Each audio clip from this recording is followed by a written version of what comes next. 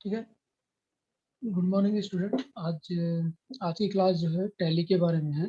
तो इससे आगे एक और क्लास हो चुकी है, वो यूट्यूब पे डला अपलोड हुआ है, तो आप देख सकते हैं वहाँ पास पे जाके कि किस तरीके से हमने कंपनी क्रिएट की है और ये जो मेन्यू है वो कौन से शॉर्टकट के साथ में है, क्या चीज़ है। जैसे ये जो है पी, उसके नीचे में अंडरलाइन है, तो ये किसके साथ में यूज होने वाली है? अल्ट के साथ में।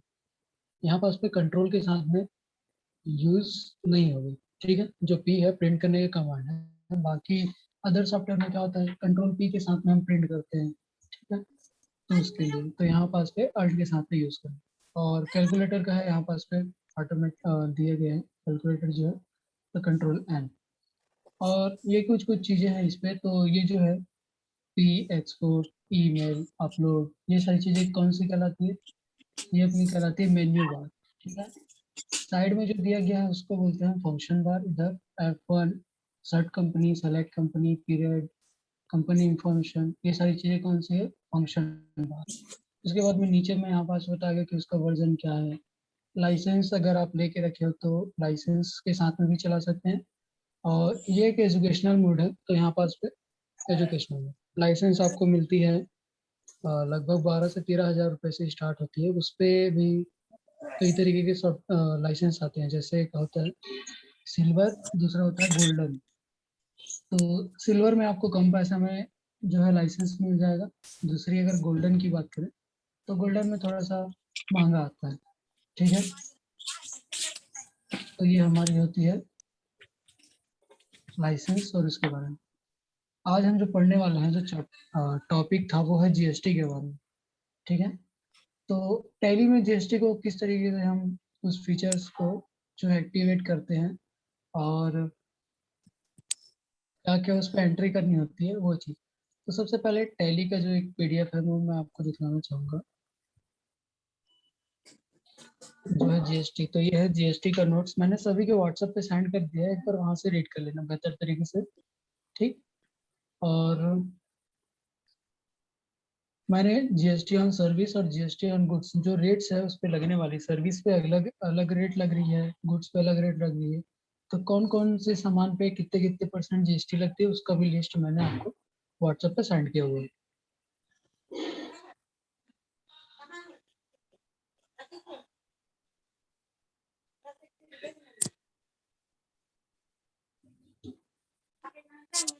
थोड़ा सा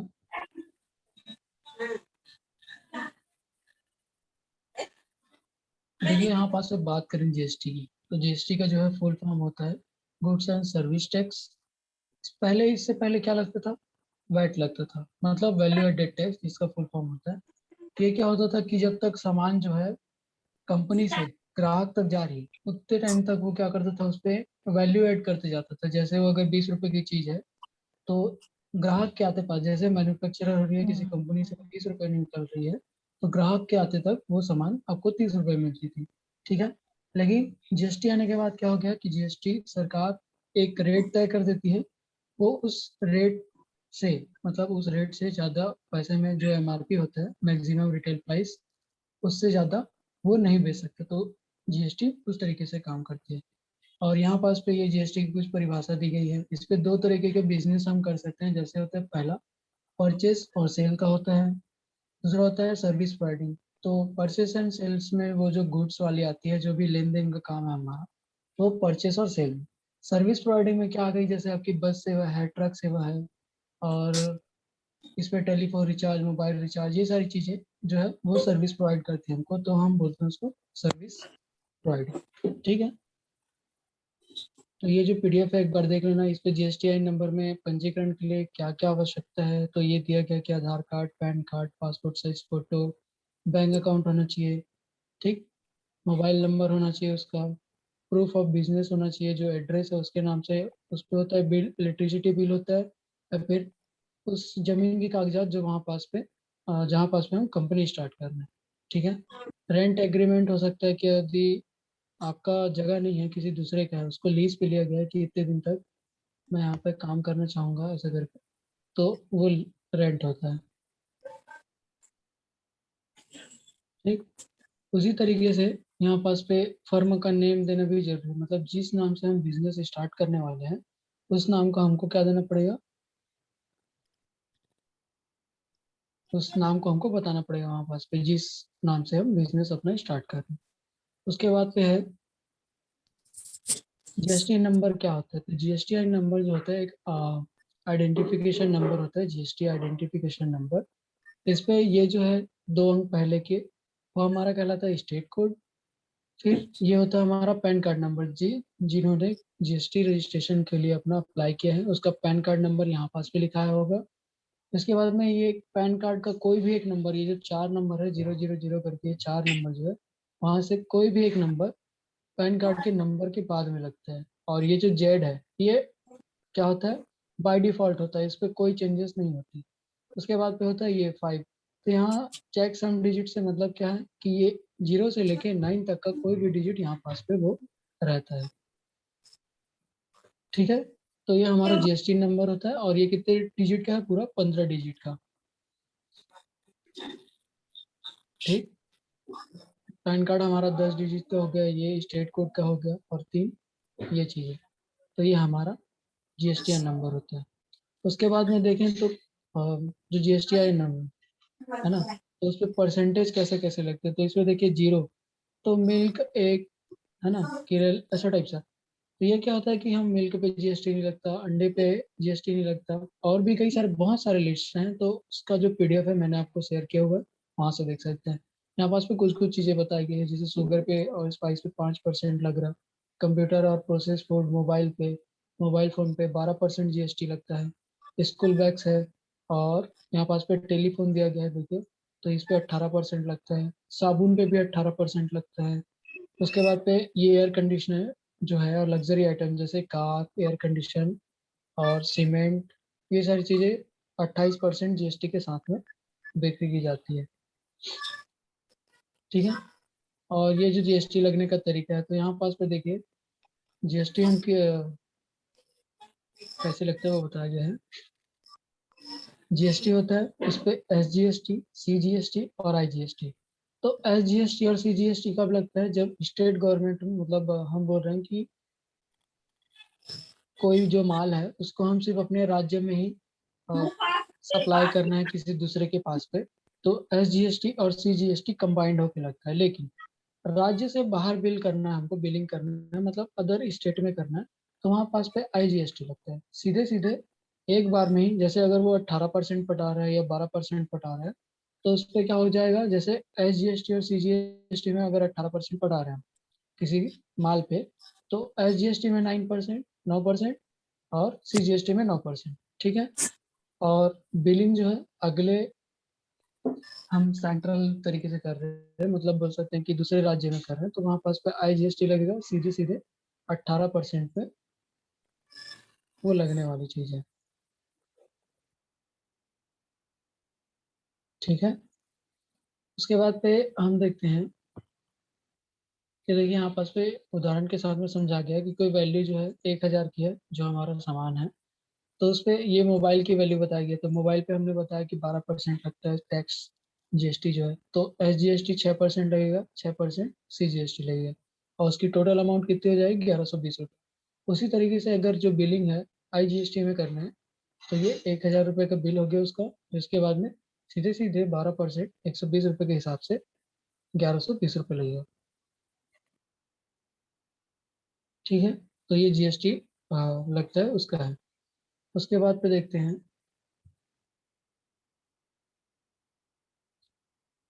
जीएसटी को हम टैली में किस तरीके से इनेबल करते हैं।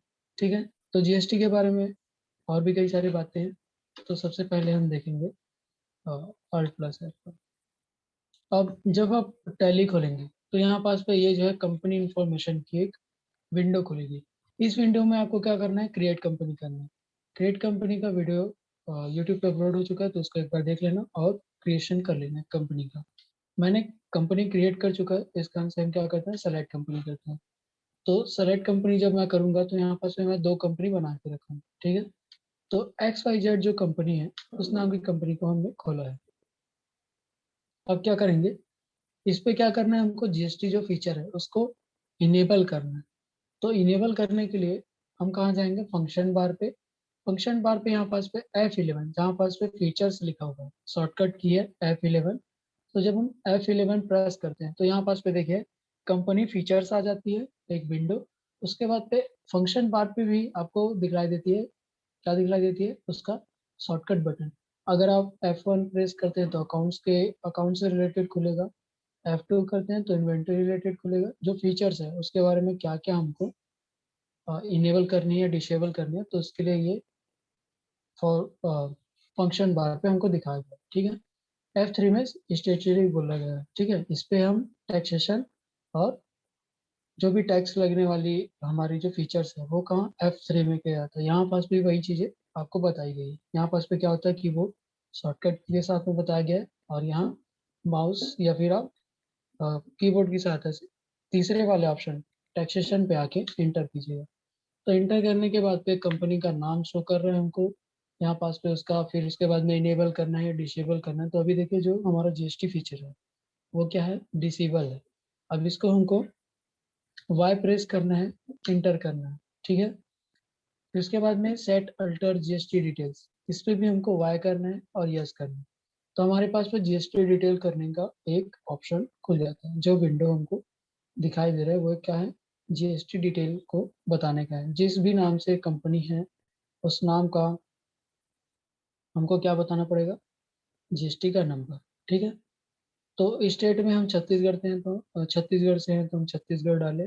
उसके बाद पे ये पूछ रहा है कि रेगुलर और कंपोजिट डीलर। तो यहाँ पास पे मैं बताना चाहूंगा, हमारे पास पे दो तरह के डीलर्स होते हैं जिसे हमने डिफरेंस इन फर्म में रखा हुआ है। तो इसके बारे में थोड़ी सी जानकारी आपको दे देते हैं, ठीक है। ये कुछ पॉइंट है रेगुलर और कंपोजिट डीलर है। तो देखिए जिसका टर्नओवर जो है वो 1.5 करोड़ से कम है, मतलब एक साल की जो कमाई है वो अगर 1.5 करोड़ से कम है तो उसको कंपोजिशन फर्म में रखा जा सकता है, ठीक है। और रेगुलर फर्म में 1.5 करोड़ से जो ज्यादा कमाता है उसको हम रेगुलर फर्म में रखते हैं। इस पे ऑप्शनल रजिस्ट्रेशन भी होता है कि अगर वो जो है कंपोजिशन फर्म, अगर वो हर महीने पटाना चाहे अपना पैसा तो वो रेगुलर फर्म में भी क्या कर सकता है, रजिस्ट्रेशन कर सकता है। लेकिन रेगुलर फर्म के लिए कोई ऑप्शनल रजिस्ट्रेशन नहीं होता उसको, और 1.5 करोड़ से ज्यादा है मतलब उसको सिर्फ और सिर्फ रेगुलर फर्म में ही जो है अपना रजिस्टर करवाना अनिवार्य होगा। जीएसटी रिटर्न, तो इस पे देखिए जो कंपोजिशन फर्म में आते हैं, जो भी हमारा बिजनेस है अगर वो कंपोजिशन फर्म में आ रहा है तो वो क्या होगा कि कंपोजिशन फर्म को क्वार्टरली मतलब 3 महीने में एक बार जीएसटी रिटर्न पठाना पड़ेगा, और रेगुलर फर्म वाले को हर महीने, ठीक है, जीएसटी रिटर्न जो है फाइल करना पड़ता है। तो इस पे जो जीएसटी रिटर्न लगता है उसको क्या बोलते हैं, CMP 08 रिटर्न बोलते हैं, और इस पे लगता है उसको GSTR 3B रिटर्न कहते हैं, ठीक है। यहाँ पास पे एप्लीकेबल ऑफ टैक्स रेट, तो देखिए यहाँ पास पे क्या होता है कि कंपोजिशन फर्म में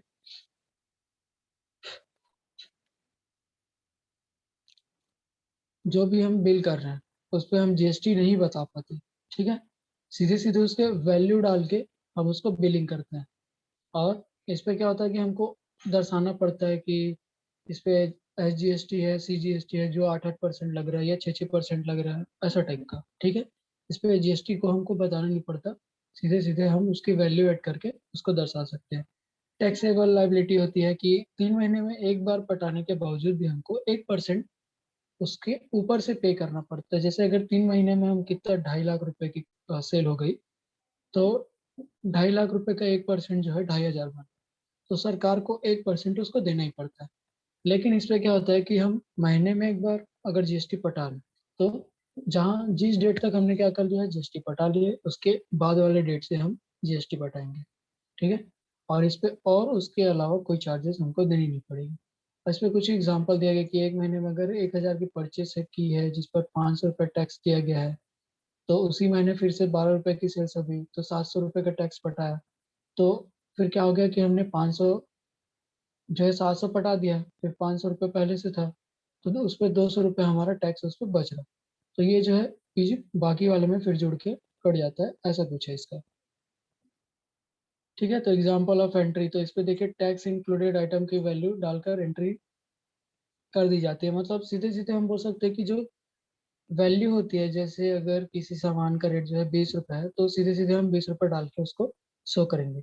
लेकिन रेगुलर डीलर जो है, अगर हमको बिल बना के देगा तो CGST अलग बताएगा, SGST अलग बताएगा, उसके बाद में उस जो रेट है ना, तो उसी में ही वो MRP जो है उसी में ही वो सारी चीजें मतलब जोड़ के बताता है। ठीक है, तो ये सीधे सीधे वैल्यू डालता है, और दूसरे वाले में क्या होता है कि वैल्यू के साथ में टैक्स और वो सारी चीजें भी इनको मतलब तीनों चीजों में बांट के बताया जाता है। ठीक है, इस पे जो इनवॉइस निकलता है उसको बिल ऑफ सप्लाई कहते हैं। इस पे जो रेगुलर फॉर्म में हम बिल निकालते हैं उसको टैक्स इनवॉइस कहते हैं। एडवांटेज है, कुछ है डिसएडवांटेज है। तो ये इस तरीके से, इस पे क्या होता है कि 3 महीने में केवल एक बार रिटर्न लगाना पड़ेगा।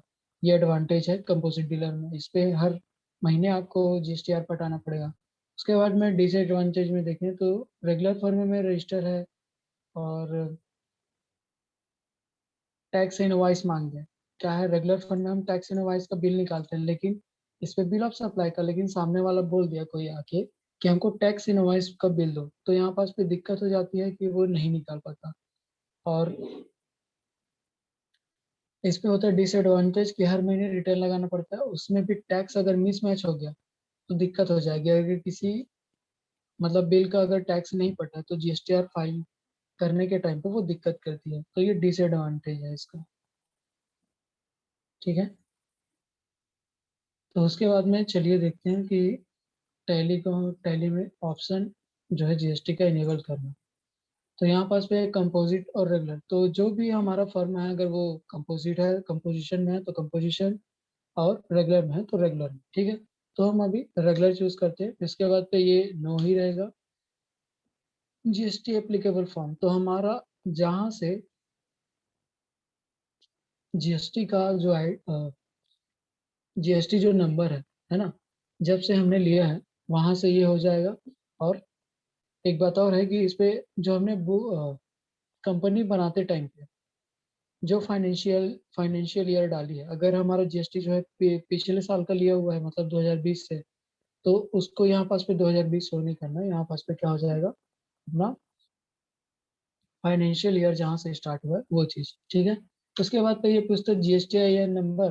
तो GSTIN नंबर पे हमारा छत्तीसगढ़ स्टेट का जो कोड है वो 22। उसके बाद पे पैन कार्ड नंबर, तो हम ABCDE। ठीक है, 5 हो गए हमारे कौन सा जो नंबर होता है पैन कार्ड का नंबर देखना। उसके बाद में 4 डिजिट होता है न्यूमेरिक। उसके बाद फिर 1 डिजिट जो होता है हमारा अल्फाबेट में आ जाएगा। फिर कोई भी एक नंबर, जैसे ये जो चार जो नंबर है 1 2 3 में न्यूमेरिक में, उसमें से कोई भी एक नंबर हम यहाँ पास पे लिखेंगे। तो ये हो गया 1। फिर जेड जो है हमारा डिफॉल्ट रहता है, वो चीज हो गया। अब 0 से लेके 9 तक का कोई भी एक जो नंबर है वो हमको डालना पड़ता है, 1 2 3 4 या कुछ भी ऐसा। ठीक है, तो ये हमारा कुल कितने नंबर का हो गया, 15 नंबर का। ठीक है, 15 जो है हमारा डिजिट का। अब इसको हम करेंगे इंटर। ठीक है, वेरीफाई करने बोल रहे हैं तो आप वेरीफाई कर लिए, एक बार देख लिए, ठीक है, फिर इंटर कीजिए, ये आ जाएगा। अब इस पे देखिए, जैसे ये पूछ रहे हैं कि आप GSTR 1 को कितने टाइम पे पढ़ाना चाह रहे हैं। तो अगर हमने कंपोजिट लिया है तो क्वार्टरली लिखेंगे, रेगुलर किया है तो मंथली लिखेंगे। कंपोजिशन फर्म में भी हम क्या कर सकते हैं कि उसको रेगुलर डीलर के हम एक तरीके से बोल सकते हैं कि उसको रेगुलर में रजिस्टर्ड करके मंथली भी हम उसको पटा सकते हैं। ठीक है, तो कंपोजिशन वाले के पास पे ऑप्शनल रजिस्ट्रेशन होता है कि वो किसी तरीके से रेगुलर फर्म की तरह अपना GSTR फाइल कर सकते हैं। यहाँ पास पे ई वे बिल एप्लीकेबल लिखा है। ई वे बिल क्या होता है कि जैसे हम किसी सामान को कहीं दूसरे जगह एक्सपोर्ट कर रहे हैं, तो वो जो ई वे बिल होता है वो किलोमीटर हिसाब से हमको दिन का अ, जैसे अगर वो 2 3 हज़ार किलोमीटर में है तो वो बोलेगा कि 5 दिन में इसको आपको भेजना है, मतलब भेजना है वहां तक एक्सपोर्ट हो जानी चाहिए। फिर 5 दिन के बाद में जो लगने वाली जो आने वाली दिक्कत होती है, जैसे सरकार उस बिल को हम मतलब किसी दूसरे स्टेट पे कर रहे हैं तो उस बिल को एप्लीकेबल नहीं कर पाएगी, तो इस कारण से ये ई वे बिल हमको जनरेट करके देना होता है। उसके बाद फिर ये एप्लीकेबल फॉर्म, फिर वही 6 इनवॉइस वैल्यू हमको देना है, तो ये इनवॉइस वैल्यू के साथ में देना है, ये चीज़ है। फिर ये सारी चीजें आप इंटर इंटर इंटर करके, उसके बाद पे ये बोल रहा है एक्सेप्ट, तो यहाँ पास भी इंटर कीजिएगा, ये एक्सेप्ट हो जाएगा। ठीक है, और बाकी सभी चीज़ों में आप नो नो रहने दीजिए, कोई दिक्कत नहीं होगा। हमको सिर्फ जीएसटी का जो फीचर है वो ऑन करना था।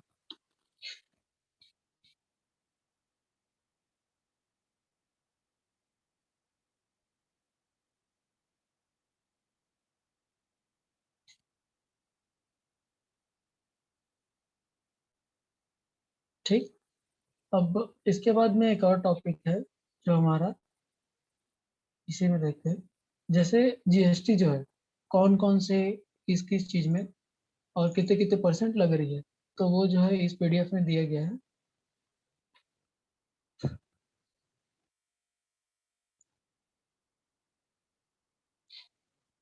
ठीक है, तो यहाँ पास पे देखिए जो रेट जीएसटी और सर्विस में लगने वाली है, तो हम हमारा जो बिजनेस का टाइप है वो दो तरीके से, एक है लेन देन का बिजनेस है और दूसरा है सर्विस प्रोवाइड करने का।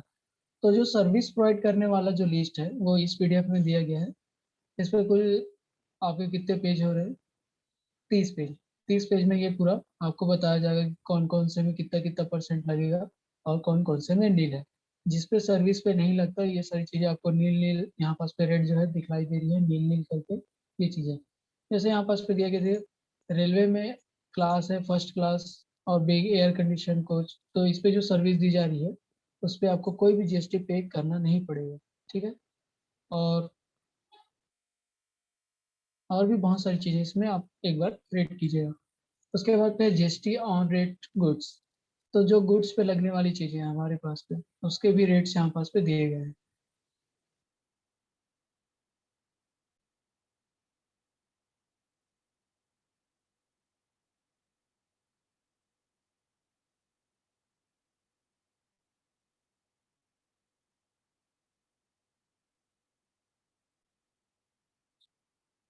हाँ,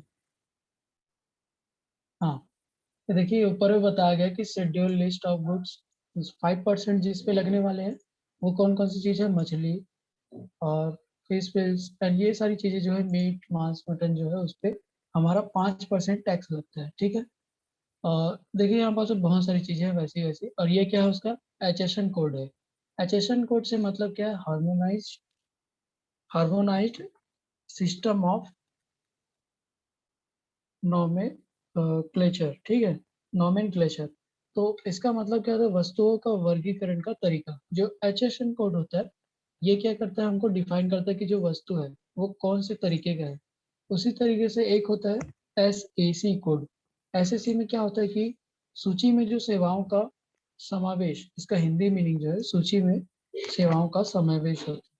तो सर्विस के साथ मतलब जैसे हम कोई सर्विस दे रहे हैं किसी को, तो एसएससी कोड किसके पास में रहेगा, जिन लोग सर्विस प्रोवाइड करते हैं, जैसे मोबाइल रिचार्ज, आपका बस सेवा और ट्रक सेवा, ये सारी चीजें, एयर है, रेलवे लाइन है, इस पे एसएसी कोड लगता है।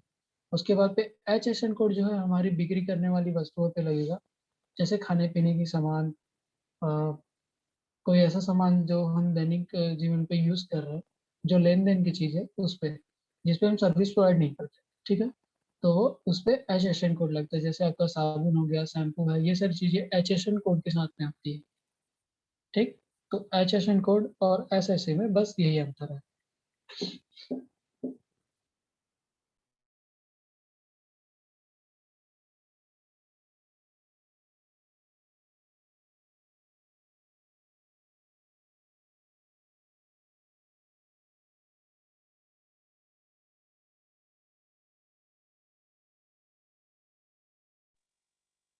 ठीक, इतना समझ में है आज की जो क्लास है उस पे।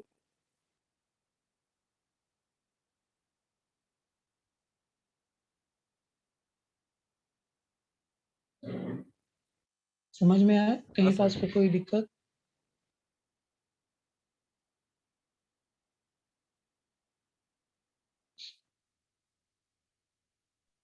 नहीं सर, नहीं कोई समझ क्वेश्चन गए है सब किसी कुछ। को कि आगे करूँ? हाँ, हाँ, ये कुछ बोल रहे थे कुछ?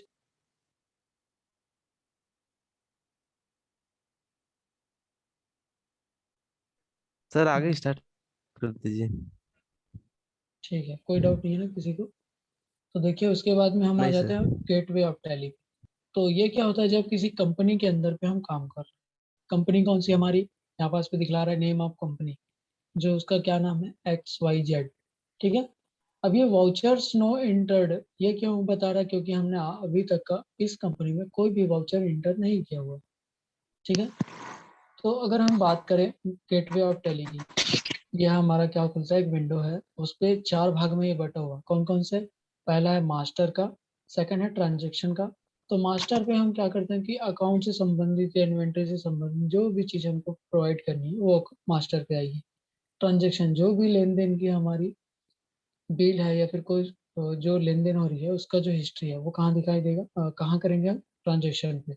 यूटिलिटी, तो यहाँ पास पे किसी डाटा को कहीं भेजना है या बैंकिंग से संबंधित जैसे चेक वगैरह है या कुछ आ रहा है, तो उसकी जो है लेन देन का हिसाब रखना है तो हम यूटिलिटी का।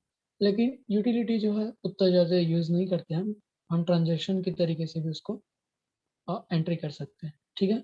रिपोर्ट्स, तो इसमें जितने भी आपका जैसे साल में कितना प्रॉफिट एंड लॉस हुआ है, बैलेंस शीट उसका चेक करना, स्टॉक समरी, ठीक है, रेशियो एनालिसिस के वो एक औसत, हम कि एक दिन में कितना जो है हमारा सेल हो रहा है या फिर एक महीने में कितना सेल हो रहा है या साल में कितना सेल हो रहा है, ये जो है औसत निकालने के लिए रेशियो एनालिसिस का ऑप्शन दिया गया है। और टैली में एक आता है डिस्प्ले। ये क्या होता है, जब हम वाइवा दिलाने जाते हैं तो उस टाइम पे क्या हमको बोला जाता है, डिस्प्ले क्या चीज़ है। ठीक। तो सम दो क्वेश्चंस निकल के आते हैं। पहले तो हो गया कि हमारा एक मॉनिटर स्कैन जो है उसको भी डिस्प्ले बोलते हैं।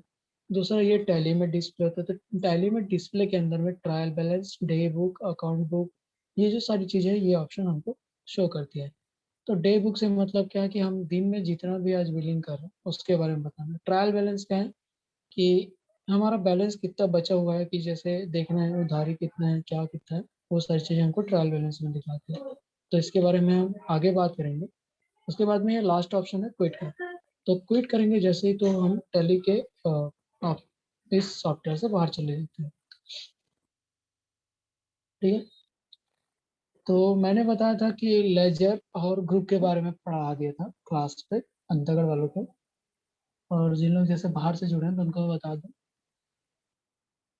कि जो लेजर का ग्रुप होता है, ठीक है, हमको जो लेजर बनाना पड़ता है, जैसे अगर किसी भी चीज से संबंधित हमको लेजर बनानी है तो वो हम अकाउंट इन्फो में जाके बनाए। दूसरा होता है इन्वेंट्री। इन्वेंट्री से मतलब है कि हम किसी सामान या फिर किसी जो सामान है उसका लिस्ट बना मतलब तैयार कर रहे हैं, तो वहाँ पास पे आइटम्स जो है हमको बनाने पड़ते हैं। ठीक है। ये आइटम पे आएगा। और जैसे कोई कंपनी का नेम है या फिर रेंट अकाउंट है या फिर ऐसा बोल सकते हैं जो मतलब सामान नहीं है ना, कोई दूसरा चीज है, तो उसके नाम से क्या बनता है, लेजर बनता है। और ग्रुप्स क्यों दिए होते हैं? ग्रुप्स इसलिए दिए होते हैं कि जैसे एक उदाहरण से मैं बताना चाहूंगा कि हम जैसे अलग अलग टीम के कोई खिलाड़ी है, जैसे अगर क्रिकेट को ही ले ले हम, तो क्रिकेट में हम सभी लोगों को एक साथ खड़े करवा दिया, जैसे श्रीलंका, पाकिस्तान और इंडिया के सभी को मिक्स खड़े करवा दिए, तो हम थोड़ा सा दिक्कत हो जाएगा कि बताने में कि हाँ इतने जो लोग हैं वो इंडिया से हैं, इतने जो लोग हैं श्रीलंका से, इतने जो लोग हैं पाकिस्तान से। लेकिन एक ग्रुप बना के मैं खड़े करवाऊँ, जैसे पाकिस्तान का अलग ग्रुप खड़ा होगा, इंडिया का अलग, श्रीलंका का अलग। ठीक है। तो उस पर हम जल्दी से पहचान जाएंगे कि ये जो है ग्रुप है वो इंडिया का है, ये पाकिस्तान का है, ये इसका है, ऐसे करके। तो इसके लिए ये ग्रुप बनाया जाता है। ठीक है। और लेजर उसके साथ में बताया जाता है। जैसे लेजर को हम एक तरीके से बोल सकते हैं कि उसका लेवल होता है। जैसे ग्रुप मैंने अभी बोल दिया कि तीन जो है हमारे पास में क्या है, क्रिकेट के टीम है। तो टीम है पता तो चल रहा है, लेकिन किस कौन सी टीम कहाँ की है वो कैसे पता चलेगा, हम लेबल लगाएंगे ना उस पर, या फिर एक कुछ ऐसा मार्क करेंगे कि वो पता चल जाए कि वो इंडिया का है या पाकिस्तान का है। ठीक है। तो उसके लिए लेबल लगाने के लिए लेजर टाइप हम ऐसा उदाहरण बता सकते हैं। तो यहाँ पास पे हम सबसे पहले देखिए ग्रुप जो है पहले से ही बना होता है, यहाँ पास पे डिस्प्ले कीजिएगा। तो डिस्प्ले करने पे आपको सभी जो है ग्रुप्स बने हुए दिखाई देंगे। Bank account, bank OCC, bank OD, branch division, capital account, cash in hand, ये सारी चीज जो है ये पहले से बना हुआ है। इस पे आपको कोई भी छेड़छाड़ नहीं करनी। हमको क्या बनाना है, लेजर बनाना है, ठीक है। तो हम सेकंड वाले ऑप्शन पे आएंगे, लेजर बनाएंगे। यहाँ पास पे कंपनी से संबंधित कौन कौन से हमको लेजर चाहिए, तो वो सारी चीजें हम यहाँ पास पे बनाना स्टार्ट करते हैं।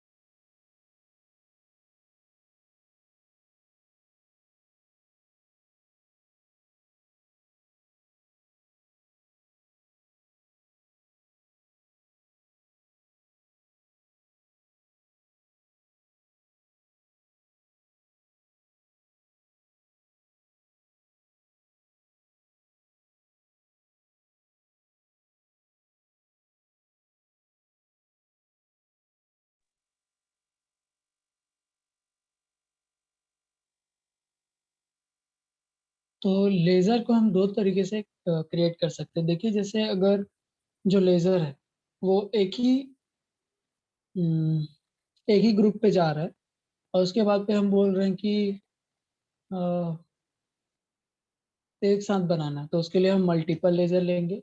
और एक एक करके बनाना है तो हम सिंगल लेजर लेंगे। तो सिंगल लेजर ज़्यादा यूज होने वाली चीज़ है, मल्टीपल पे काम थोड़ा सा जल्दी हो जाता है, ऐसा भी बोल सकते हैं। और सिंगल पे वही वही बार बार करना पड़ेगा। मल्टीपल पे एक बार जो लेजर लग रहा है, ग्रुप लग रहा है, वो एक बार सेलेक्ट करना है, उसके नाम से लेजर हम बार बार बना सकते हैं। तो सबसे पहले हम देखते हैं कौन कौन लेजर जो है पहले से बना हुआ। तो यहाँ पास पे दो लेजर हमारे पास है पहले से, कैश के नाम से और प्रॉफिट एंड लॉस अकाउंट के नाम से। ये जो लेजर है हमको बनानी नहीं पड़ेगी। हमको क्या क्या क्रिएट करना होगा, तो सबसे पहले जैसे अगर मैं बताऊं, तो किसी भी कंपनी को स्टार्ट करने के लिए हमारे पास में पैसा होना जरूरी है। तो वो जो पैसा है ओपनिंग बैलेंस कहलाता है।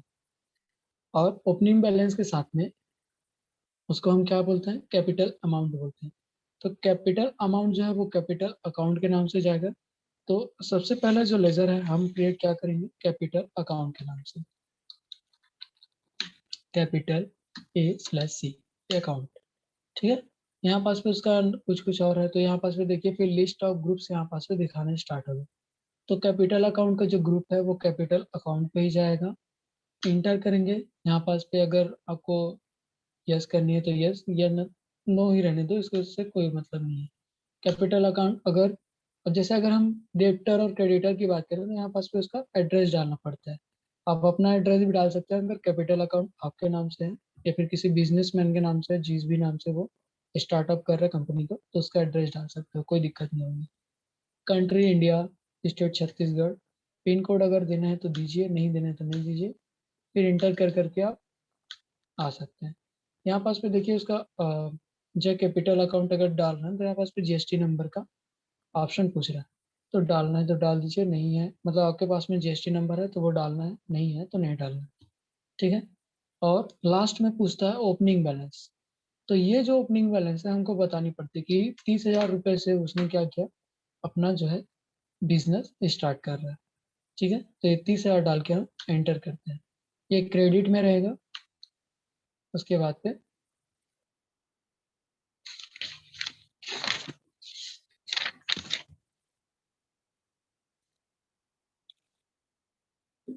इसको यस करते हैं।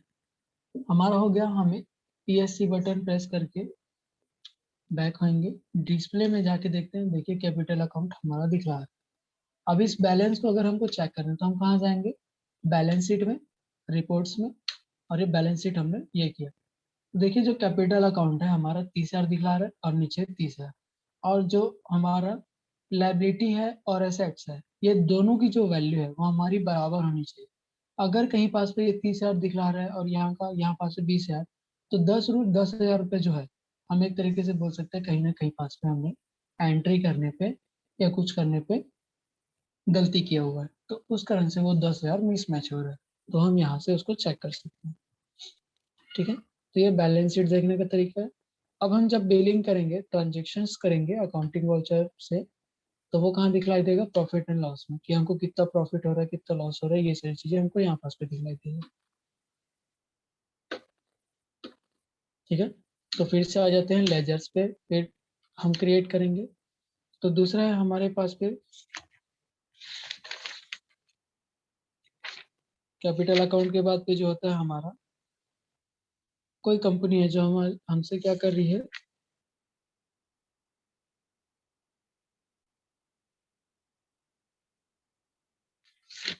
एक मिनट ना,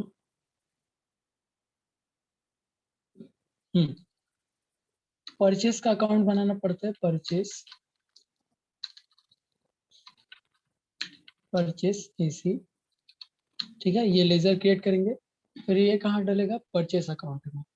उसी तरीके से ये कुछ बेसिक्स है यहाँ पास पे, नॉट एप्लीकेबल, ये इंटर इंटर करके, यस।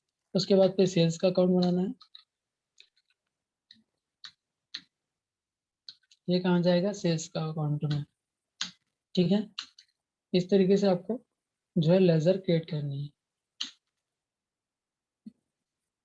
फिर आता है स्टॉक का अकाउंट आ जाएगा, स्टॉक एसी, ये हमारा किस पे जाएगा, स्टॉक इन हैंड पे। यहाँ पास पे अगर हम देखें सेल्स की बात करें, और ये हमारा चलेगा स्टॉक इन हैंड पे, और इस तरीके से हम इसको भी कर लिए लेजर क्रिएट। और क्या क्या होती है, गुड्स का अकाउंट होना चाहिए, जो हमारे पास है माल है उसका अकाउंट। तो गुड्स का अकाउंट जो है करंट एसेट पे चले जाएगा, करंट